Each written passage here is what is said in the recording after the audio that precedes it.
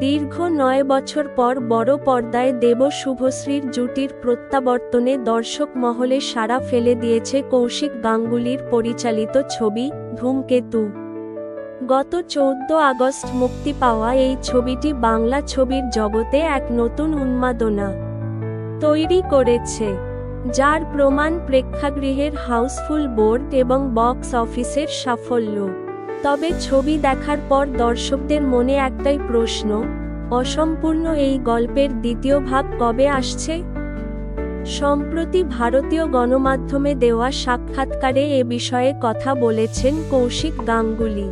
কৌশিককে যখন প্রশ্ন করা হয়, ধূমকেতু ছবির দ্বিতীয় ভাগ কবে মুক্তি পাবে, উত্তরে পরিচালক বলেন, আমার কাজ ছিল গল্প অসমাপ্ত লেখা, আমি তা লিখে দিয়েছি। আমি অভিনেতা অভিনেত্রী এবং প্রযোজকদের জানিয়ে দিয়েছি যে আমার গল্প কিন্তু এখনো শেষ হয়নি, পরিচালক আরও বলেন। তবে আমার যা মনে হয় দ্বিতীয় ভাগ খুব তাড়াতাড়ি মুক্তি পাবে।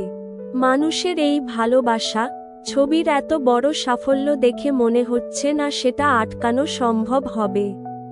খুব তাড়াতাড়ি মুক্তি পাবে ধূমকেতু ২।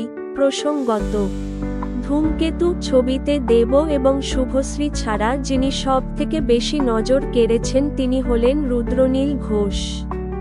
ছবির অনেকটা জুড়েই রয়েছেন তিনি। ভানুর বন্ধু তথা পোস্টবাবুর চরিত্রটি রুদ্রনীল ছাড়া আর কেউ এত ভালোভাবে ফুটিয়ে তুলতে পারতেন না বলেই মতো দর্শকদের।